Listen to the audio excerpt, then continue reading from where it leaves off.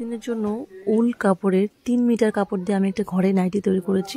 তো যেহেতু আমি এখন স্টিচিং কোর্স করছি, তো সেখানে আমি এটাকে দাগ দিয়ে কেটে নিয়ে এসেছি এবং ঘরে নিয়ে এসে নাইটিটাকে আজকেই কমপ্লিট করেছি। তো তোমাদের সাথে ভিডিওটাকে শেয়ার করতে আমি মিস করলাম না। তো এবার তোমাদেরকে মাপটা দেখাচ্ছি, চুড়িদারের মতনই মাপ নেব, তোমরা তোমাদের গলা ইচ্ছা মতো দেবে। আমি কিন্তু এখানে 3 এবং 4.5 দিয়েছি, আর পুরো মাপটা 7, তারপরে 14, কোমর হবে 14, বুক হবে 7 এবং কোমর হবে 14, এবং তারপরে আমি সেখান থেকে কিন্তু কোমর থেকে আমি যে হিপ সাইজ সেটা নিচ্ছি 9।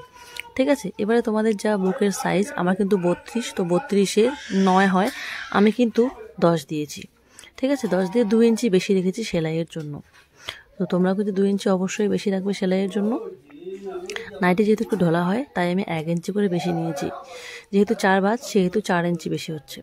তো এবার কোমরে আমার 8 লাগে, আমি 9 নিয়েছি, ওখানে 1.5 ইঞ্চি বেশি বাড়তি নিয়েছি, এবং হিপ সাইজে আমি কিন্তু 10 নিয়েছি এবং তার সাথে 1 দিয়ে 2 সুদ বেশি নিয়ে কাটিং করে নিয়ে সেলাই করে নিয়েছি।